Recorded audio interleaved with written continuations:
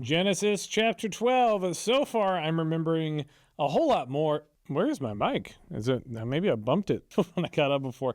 So far, I'm remembering a whole lot more than I thought I would. We're on Abram now, specifically the call of Abram, which is the beginning of chapter 12. I have said it in the last video. I don't know if it's true. I think this guy becomes Abraham at some point. His name changes. God's like, Abram doesn't sound good for you. Let's go with Abraham instead. What's Abraham going to do? He's going to go, okay. He's not going to say no to God. I mean, I don't even know if that's true. We haven't gotten there yet. I think that's what happens, but we'll see. The Lord had said to Abram, go from your country, your people, and your father's household to the land I will show you. I will make you into a great nation, cool, and I will bless you, cool, cool. I will make your name great, and you will be a blessing. It's basically the same thing. I will bless those who bless you, and whoever curses you, I will curse. Not very nice. And all peoples on earth will be blessed through you. So Abraham went, as the Lord had told him, and Lot went with him. Abram was 75 years old when he set out from Haran. He took his wife Sarai. We talked about Sarai in the last chapter. You can go watch my other videos. He took his wife Sarai, his nephew Lot. Is this the same Lot? Before I said Lot's going to come back. And I was thinking of Lot from... Isn't that the one from Sodom and Gomorrah? Isn't Lot in that? Casting your lot? I don't... See, this is why we're doing it. This is why we're reading the entire Bible. So we can remember the answers to these questions. He took his wife Sarah, his nephew Lot, all the possessions they had accumulated, and the people they had acquired in Haran. Maybe that means his friends? People acquired is a very specific word. Not going to dig into that right now. And they set out for the land of Canaan. And they arrived there.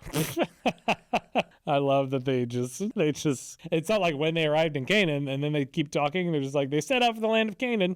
And then they got to Canaan. That's what it's saying. Abram traveled through the land as far as the site of the great tree of Moreh at Shechem. At that time, it sounds like, honestly, this does sound like a fantasy book. I made that joke already before, but it sounds like I'm reading like The Name of the Wind or something. At that time, the Canaanites were in the land. Oh, the Canaanites, the ones who were cursed from earlier. I've also said that, but if you're just watching these videos on an individual basis, none of it, I guess most people won't be doing that. You probably know what's going on, don't you? Don't you know? At that time, the Canaanites were in the land.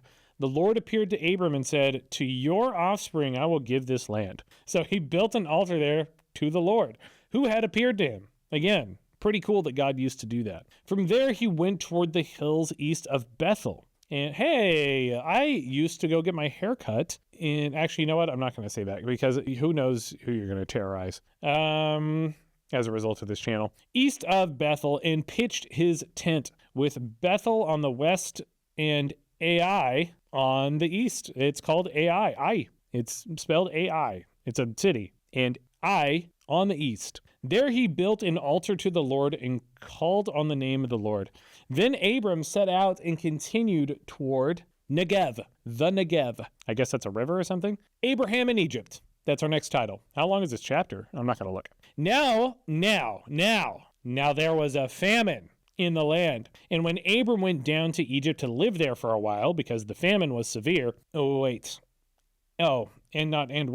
And Abram went down to Egypt to live there for a while because the famine was severe. That's the actual sentence. As he was about to enter Egypt, who, by the way, earlier was a person and now it's a nation. I guess, yeah, God said, I'll make nations out of you, so he made a nation out of Egypt. Yeah, Egypt, who is doing just fine today.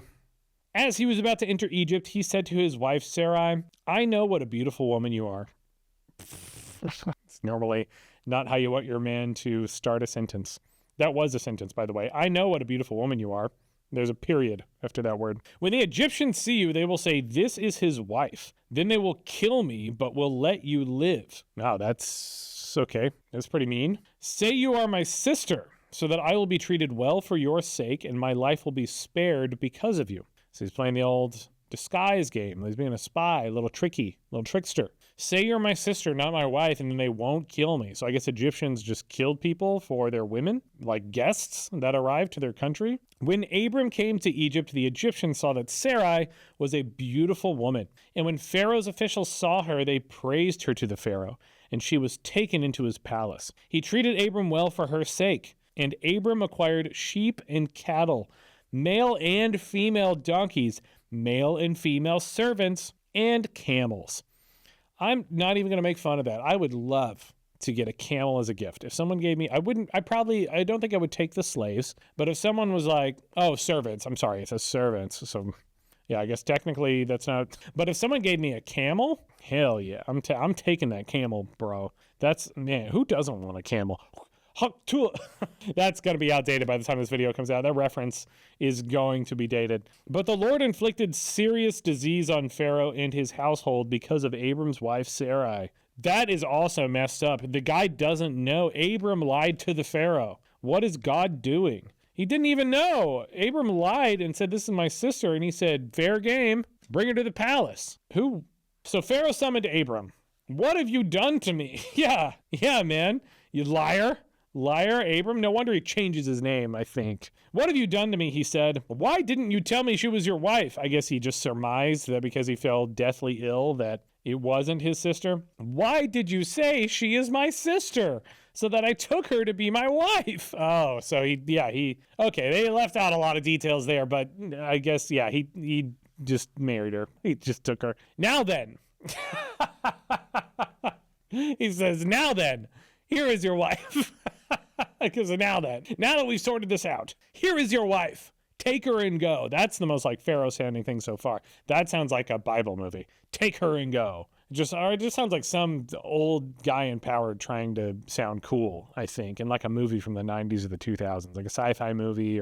Then Pharaoh gave orders about Abram to his men, and they sent him on his way with his wife and everything he had. Man, that's the end of chapter 12. A little somber there. A little confusing. Yeah, I got nothing else to say. I think that says it all by itself. I hope you guys enjoyed.